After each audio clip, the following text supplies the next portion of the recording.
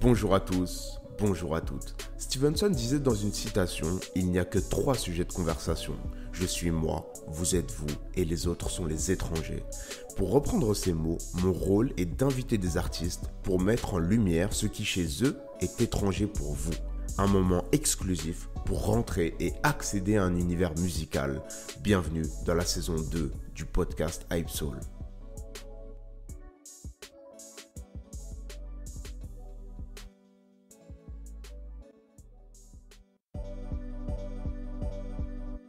J'ai rarement eu l'occasion de discuter avec des piliers du rap français. Aujourd'hui, c'est le cas puisque j'ai l'honneur de recevoir Busta Flex. Ensemble, on a parlé de son début de carrière, de sa rencontre avec Cool Chain, de son premier album certifié disque d'or. Mais on a aussi parlé de son actualité, le regard qu'il porte sur la nouvelle génération et plein d'autres sujets. Bienvenue dans le 5e épisode de la saison 2, un moment avec Busta Flex. Bonjour Busta, je suis très content aujourd'hui qu'on soit ensemble, qu'on se parle. On va revenir sur des événements qui ont pu rythmer ta carrière, ta vie.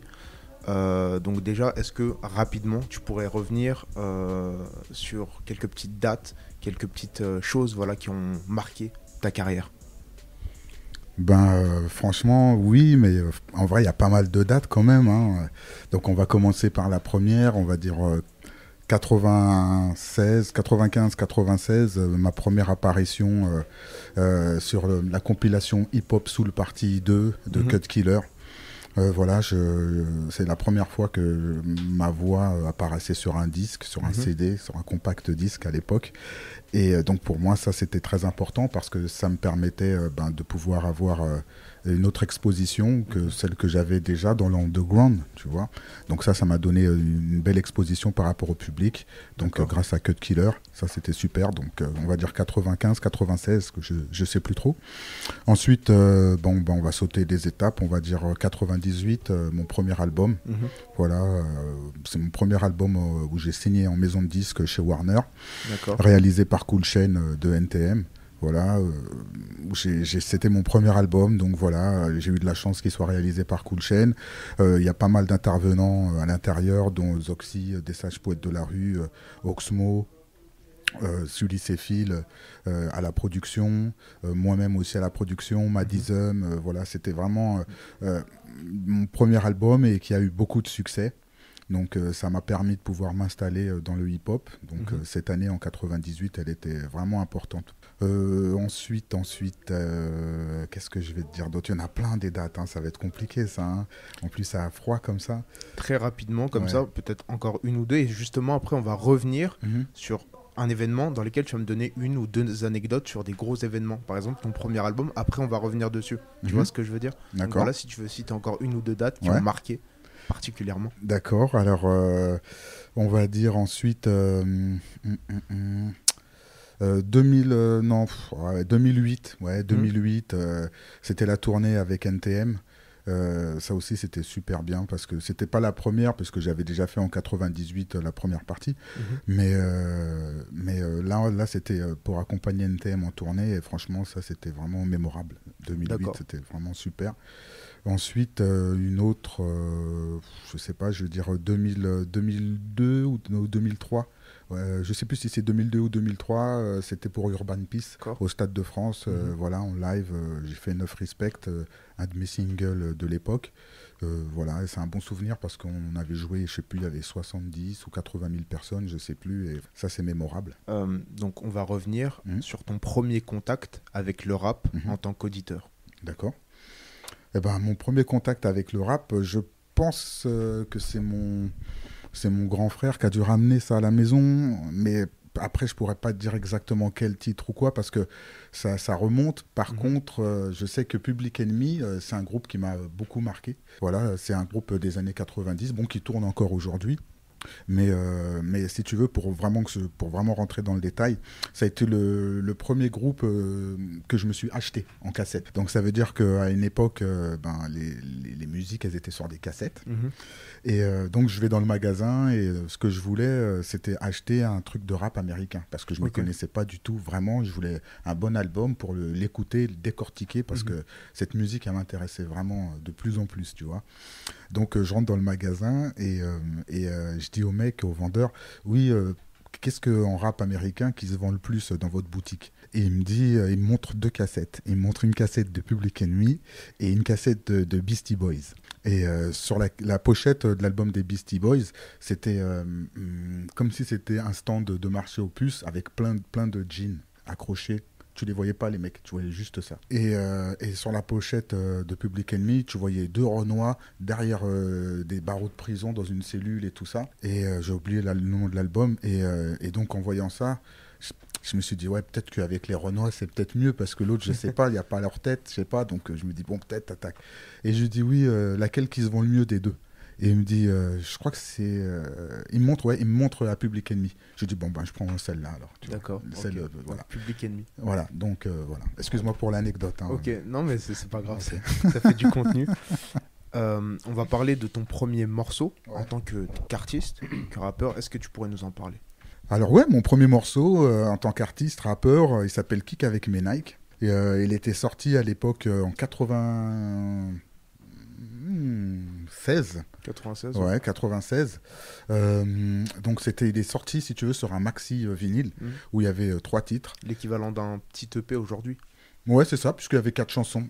3 ou 4 chansons, je sais plus, un truc comme ça. Donc ouais, c'était une bonne carte de visite à l'époque, parce que sur les vinyles, en général, c'était des maxi avec une chanson. Puis sur l'autre côté, tu avais la phase B avec l'instrumental et la cappella. Là, pour le coup, il y avait 3 chansons. Et donc voilà, c'était mon premier, c'est Kick avec mes Nike. Ouais. Le premier album, il me semble éponyme, Bustaflex. C'est ça. Est-ce que tu peux nous en parler? Une petite anecdote autour? Voilà, tout simplement. Oui, comme tout à l'heure, c'est vrai que j'en ai un petit peu parlé. Mon premier album éponyme, juste Bustaflex. Que te dire sur cet album? Voilà, c'est mon premier. Donc, beaucoup d'énergie, beaucoup de... Comment t'expliquer ça? Beaucoup d'insouciance. Voilà, parce que quelque part, j'étais pas vraiment encore en train de réfléchir à quoi, pourquoi, du comment. J'étais là d'abord pour rapper, me faire connaître du grand public, me faire plaisir aussi, faire plaisir aux gens et de le faire aussi dans des bonnes conditions puisque j'étais signé en maison de disque, donc ça c'était super important. Après, autour de l'anecdote, c'est surtout le fait que ce soit Cool Chain de NTM qui réalise cet album, si tu veux, parce que voilà, c'est un artiste qui était déjà en place avec NTM et qu'ils étaient toujours en plein boom de leur carrière. Et le fait qu'ils s'arrêtent sur moi pour pouvoir me développer, me réaliser, me former, franchement, moi, je trouve ça chapeau, quoi, je lui dis, parce que quelque part, ça m'a vraiment rendu service, ça m'a apporté beaucoup. Et voilà, et donc super, ça, c'est vraiment quelque chose qui m'a marqué.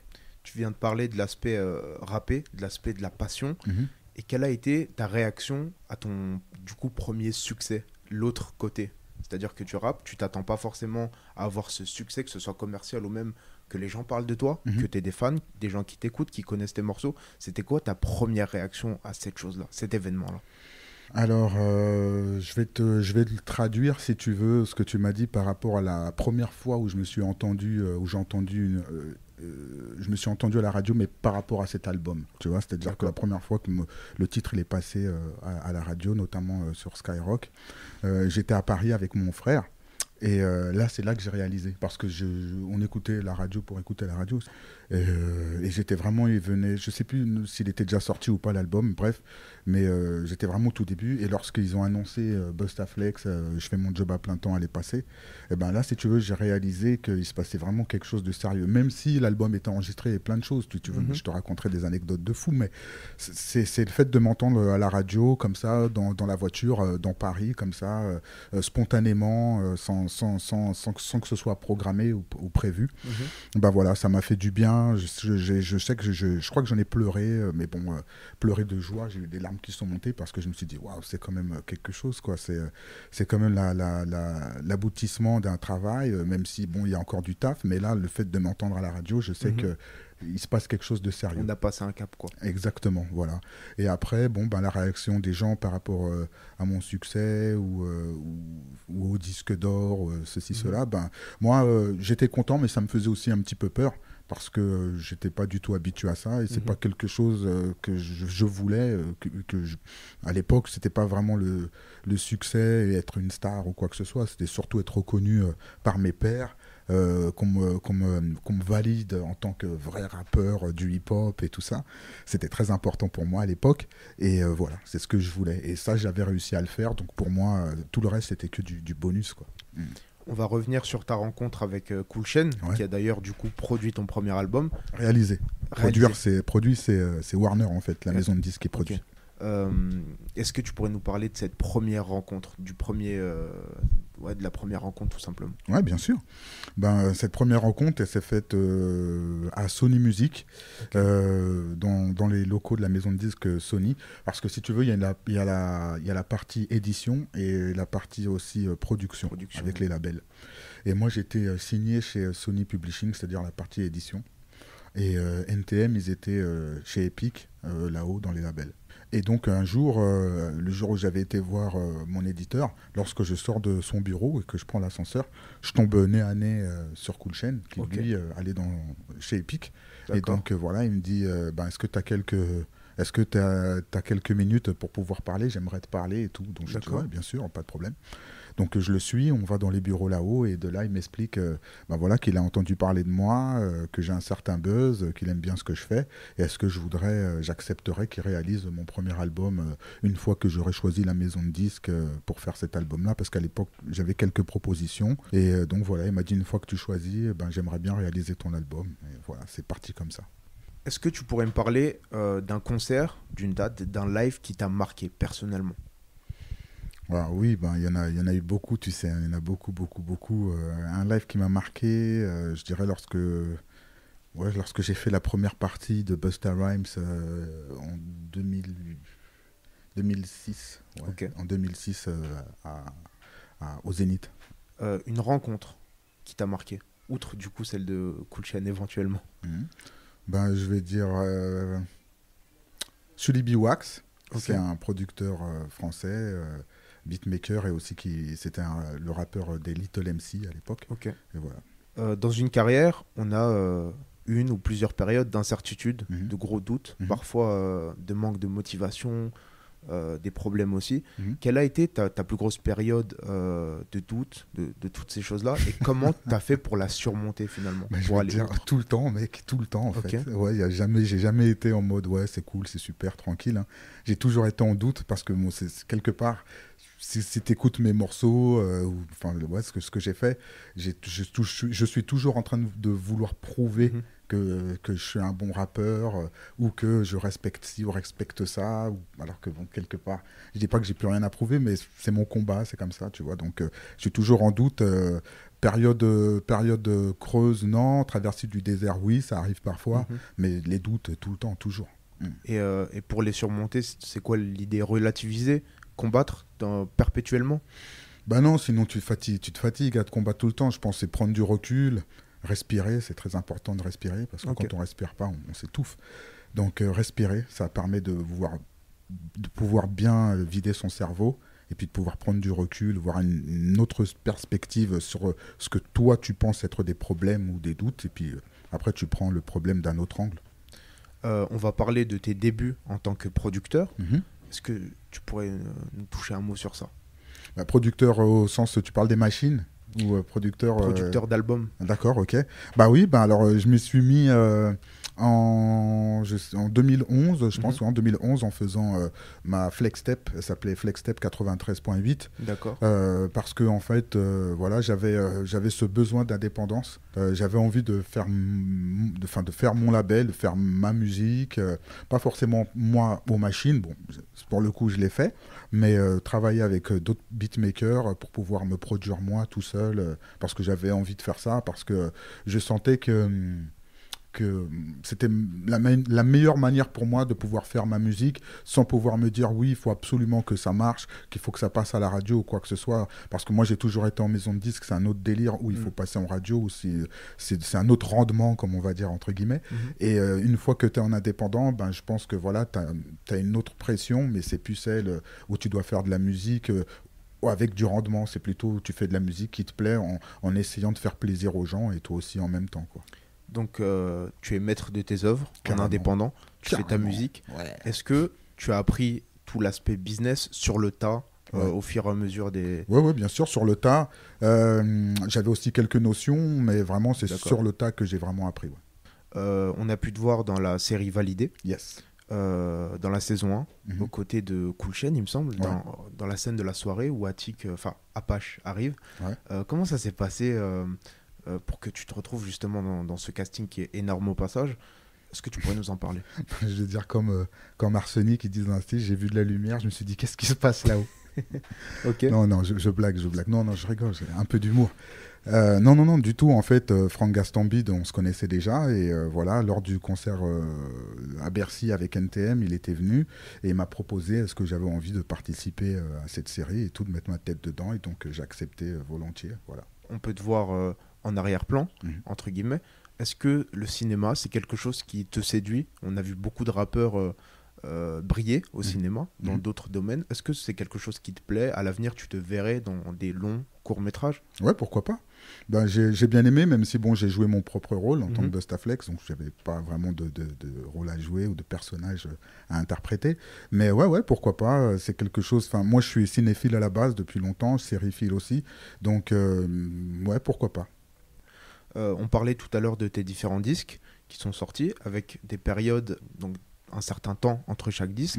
Qu'est-ce que tu penses de l'hyper-productivité aujourd'hui dans le rap? La nouvelle génération, chaque vendredi, il y a 5 albums, 6 albums qui sortent. Qu'est-ce que tu en penses, toi? Ben, je pense que c'est bien, hein. C'est l'heure du moment. Enfin, c'est comme ça que ça se passe aujourd'hui. Il faut être très productif parce que comment on consomme la musique, forcément, c'est différent d'avant.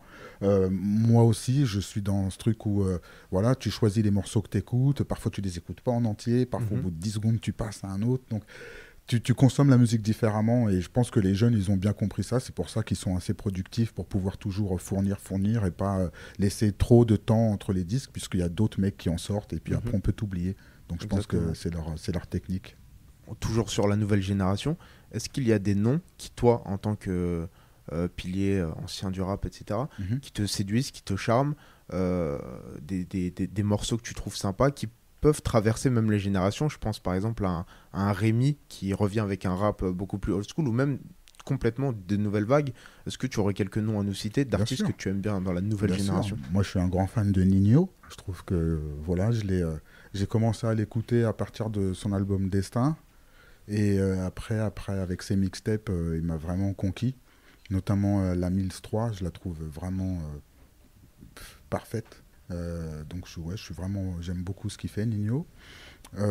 J'aime aussi Niro, qui est moins jeune, mais j'écoute aussi beaucoup parce qu'il fait aussi partie de cette génération. Il est entre deux en fait. Ouais, voilà. Qui j'écoute aussi. Là, c'est dur de dire comme ça, mais j'en écoute pas mal en fait. Okay. Mais c'est Ninho mon préféré en tout cas. D'accord, ok. Bah écoute, je te remercie beaucoup pour cet entretien. Avec plaisir. C'était très enrichissant. On est revenu sur quelques points. Ouais, carrément. Donc cool. voilà, merci beaucoup. Merci à vous.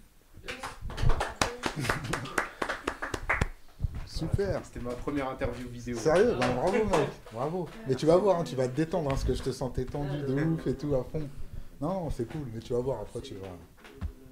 C'est la fin de cet épisode, merci de l'avoir écouté. Vous pouvez retrouver tous les autres sur les plateformes de streaming. C'était Youssef sur Hypesoul et moi je vous dis à très bientôt pour de nouvelles interviews.